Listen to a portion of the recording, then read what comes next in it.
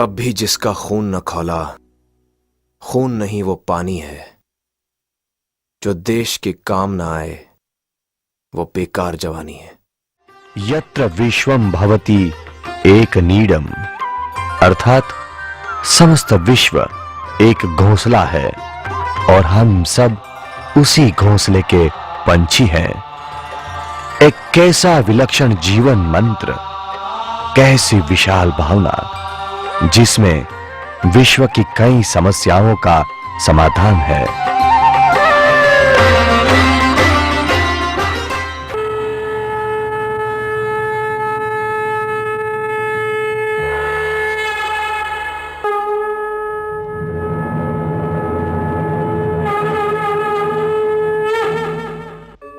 यदा यदा हि धर्मस्य ग्लानिर्भवति भारत, अभ्युत्थानम् अधर्मस्य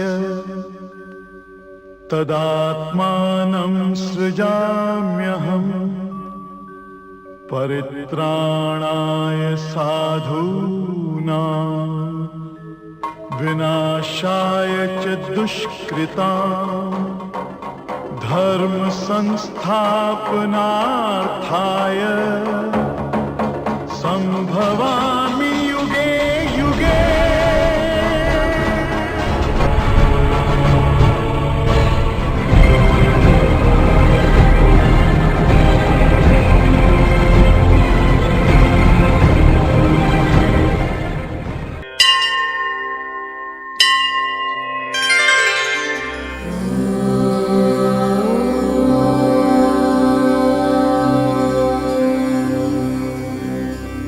तीर्थ अर्थात पावन स्थल। तीर्थ में श्रद्धा व अपने मन इंद्रियों पर संयम रखने से तीर्थ यात्री को अनेक पापों से मुक्ति मिल जाती है। इससे मन को शांति ही नहीं बल्कि मोक्ष तक प्राप्त हो जाता है। वास्तव में तीर्थ यात्रा से परम फल प्राप्त होता है। इसलिए जो व्यक्ति सांसारिक बंधनों से छूटना चाहते हैं उन्हें तीर्थों की यात्रा अवश्य करनी चाहिए। दुर्गा सप्तशती के अनुसार देवी की उत्पत्ति विभिन्न देवताओं की देह से निकले हुए तेज से हुई, जिससे देवी सर्वशक्तिशाली हैं। देवी के प्रत्येक तीर्थ की अपनी महत्ता है, अपनी मान्यता है। चैत्र मास के शुक्ल पक्ष और आश्विनी मास के शुक्ल पक्ष के नवरात्रों की अपनी महिमा है। इसीलिए देश के विभिन्न भागों से माँ के अनन्य भक्त अधिकतर नवरात्रों के पावन अवसर पर अपने असीम भक्ति भाव से वैष्णो देवी, चामुंडा देवी, वज्रेश्वरी देवी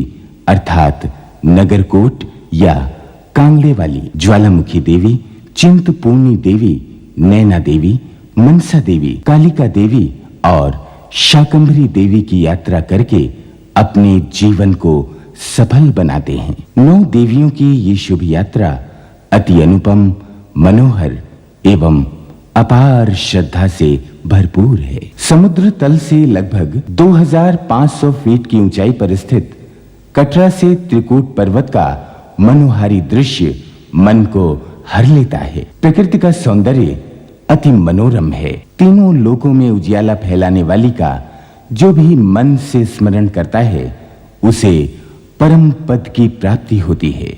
मां वैष्णो देवी के भक्त अपने जीवन में सदैव प्रसन्नचित्त, आशावादी और विकासशील रहते हैं। अपने भक्तों को कल्याण के मार्ग पर चलाने वाली तथा संपूर्ण जगत की ईश्वरी के दर्शन को जाते हुए भक्त अपने अपने मन में आशाओं का प्रार्थना पत्र लेकर पग पग बढ़ते जाते हैं। मां वैष्णो देवी की अपने भक्तों पर असीम कृपा रहती है। अपने भक्तों को लोक परलोक में सुखकारी फल देने वाली मां के द्वार पर अनेक भक्त समूह में नाचते गाते जाते हैं। मां वैष्णो देवी सर्वश्रेष्ठ हैं। अपनी उपासकों की मन्नतों को पूर्ण करने वाली हैं। मां वैष्णो देवी की असीम कृपा के तले भक्तजन चढ़ाई चढ़ते चले जाते हैं। ऐसी जगत माता की उपासना करके सभी तर जाते हैं। वैष्णो मां के उपासकों को सब प्रकार के ऐश्वर्य अनायास ही मिल जाते हैं। मां के सुंदर भवन की गुफा समुद्र तल से लगभग 5200 फीट ऊंचाई पर स्थित है। सबकी मुरादें पूरी करने वाली वैष्णो देवी त्रिकूट पर्वत की सुंदर गुफा के भीतर 3 भव्य पिंडियों के रूप में विराजमान हैं। ये तीनों पिंडियां महाकाली, महालक्ष्मी और महासरस्वती की प्रतीक हैं। वैष्णो देवी के दर्शन करने के बाद भक्तजन भैरव बाबा के दर्शन के लिए जाते हैं। वैष्णो देवी के दर्शन करने वाले यात्री मां के भवन के दर्शन करके मन ही मन मां की महिमा का गुणगान करते रहते हैं। जम्मू से पठानकोट की दूरी लगभग 110 किलोमीटर है। पठानकोट पंजाब हिमाचल प्रदेश सीमा पर पंजाब में स्थित है। चामुंडा देवी मंदिर जाने के लिए यात्री पठानकोट से धर्मशाला की ओर प्रस्थान करते हैं। पहाड़ों की ओर बढ़ती हुई बसों से छूटता मैदानी क्षेत्र और मोहक लगने लगता है। मार्ग की प्राकृतिक छटा बड़ी सुंदर व प्रिय है। ऐसे दृश्यों को देखकर यात्री स्वयं को गौरवान्वित महसूस करने लगते हैं। लंबी गहरी घाटी और अधिक आकर्षक लगती है। नूरपुर चामुंडा देवी मंदिर के मार्ग में पड़ता है। 2 नदियों के संगम पर स्थित हनुमान मंदिर छोटा होते हुए भी आकर्षक है। बर्फ से ढके ऊंचे ऊंचे पहाड़, ऊंचे ऊंचे पेड़ तथा गहरी गहरी घाटियों में बहता हुआ पानी अत्यंत रमणीक लगता है। प्रकृति का ये दृश्य लुभावना है। चंबी से एक मार्ग धर्मशाला को तथा दूसरा मार्ग गग्गल की ओर जाता है। कुछ यात्री चामुंडा देवी मंदिर धर्मशाला के बस स्टैंड की ओर से होकर जाते हैं, जबकि कुछ लोग वाया गग्गल जाते हैं। धर्मशाला की ओर का मार्ग अच्छा है। मार्ग का सुंदर स्वच्छ जल का झरना अपनी मनमोहक छटा से यात्रियों को आकर्षित कर लेता है। हिमाचल राज्य में स्थित धर्मशाला प्राचीन किलों का प्रमुख नगर है। ये 2 भागों में बटा हुआ है। ऊपरी धर्मशाला में मेकलॉडगंज, जबकि नीचे के भाग में कचहरी, कोतवाली आदि हैं। धर्मशाला से यात्री पालमपुर मार्ग की ओर जाते हैं। यहाँ से चामुंडा देवी मंदिर की दूरी 14 किलोमीटर है। चामुंडा देवी का बाहरी प्रवेश द्वार अति प्रिय लगता है। सिद्धि प्रदान करने वाली माँ क्षमा, दया और समता का सागर है।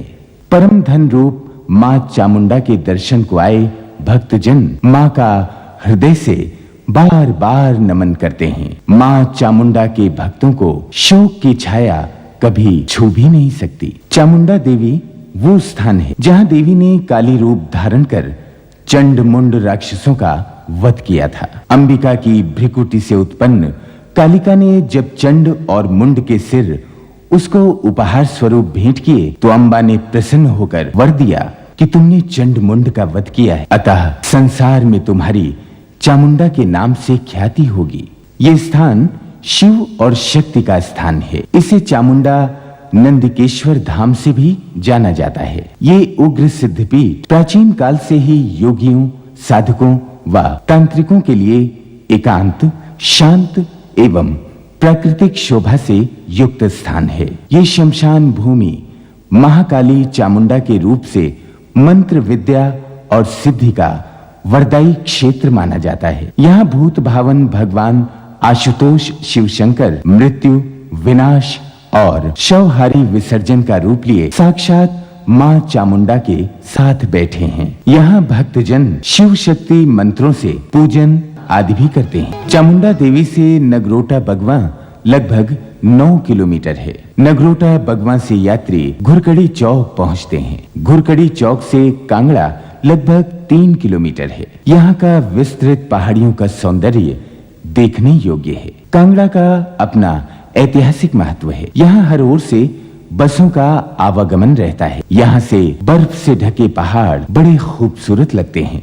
अनेक यात्री अपने मन में अपनी इच्छाओं को लिए माँ की शरण में अपनी पुकार लेकर आते हैं। भक्तों की पीड़ा दूर करने वाली वज्रेश्वरी देवी अपने सभी भक्तों को वरदान देती है। ये सच है कि संपूर्ण चराचर जगत वज्रेश्वरी देवी द्वारा रचा गया है। वज्रेश्वरी देवी को नगरकोट वाली और कांगड़े वाली देवी भी कहते हैं। ये स्थान जन साधारण में नगरकोट वाली और कांगड़े वाली के नाम से विख्यात है। यवनों के अनेक आक्रमणों के उपरांत भी ये स्थान वज्रेश्वरी देवी के प्रताप से अक्षत रहा। कांगड़ा में सती के वक्ष स्थल गिरे थे। ये पुण्य स्थान शक्तिपीठों में गिना जाता है। यहाँ देवी के दर्शन पिंडी के रूप में होते हैं। कहा जाता है कि विष्णु और शंकर जी की कपटी माया से परास्त जलंधर दैत्य युद्ध में मरणासन हो गया तो दोनों देवताओं ने उसकी साध्वी पत्नी सती वृंदा के शाप के भय से जलंधर को प्रत्यक्ष दर्शन देकर मन चाहा वर मांगने को कहा। जलंधर ने अपने वर में मांगा कि उसका पार्थिव शरीर जहाँ जहाँ फैला है उतने परिमाण योजन में सभी देवी देवताओं और तीर्थों का निवास रहे। इसी कथा के अनुसार शिवालिक पहाड़ियों के बीच 12 योजन के क्षेत्र में जलंधर पीठ फैला हुआ है, जिसकी परिक्रमा में 64 तीर्थ व मंदिर पाए जाते हैं। इनकी प्रदक्षिणा का फल 4 धाम की यात्रा के समान है। वज्रेश्वरी देवी मंदिर से यात्री जब ज्वालामुखी देवी मंदिर की ओर प्रस्थान करते हैं तो मार्ग के दृश्य मन को आकर्षित किए रहते हैं। ऊंचे ऊंचे पहाड़ों के साए में घुमावदार सड़क के मोड़ पर जहां डर लगता है, वहीं घाटियों के नवीन दृश्य चित्त को आकर्षण में बांधे रखते हैं, हृदय में आनंद उत्पन्न करते हैं। पहाड़ों के इस नगर में ये निराला रूप बड़ा सुखदायी लगता है। ज्वालामुखी देवी के भक्तों का आना जाना बराबर लगा रहता है। भक्तों की अटूट श्रद्धा की कोई मिसाल नहीं होती।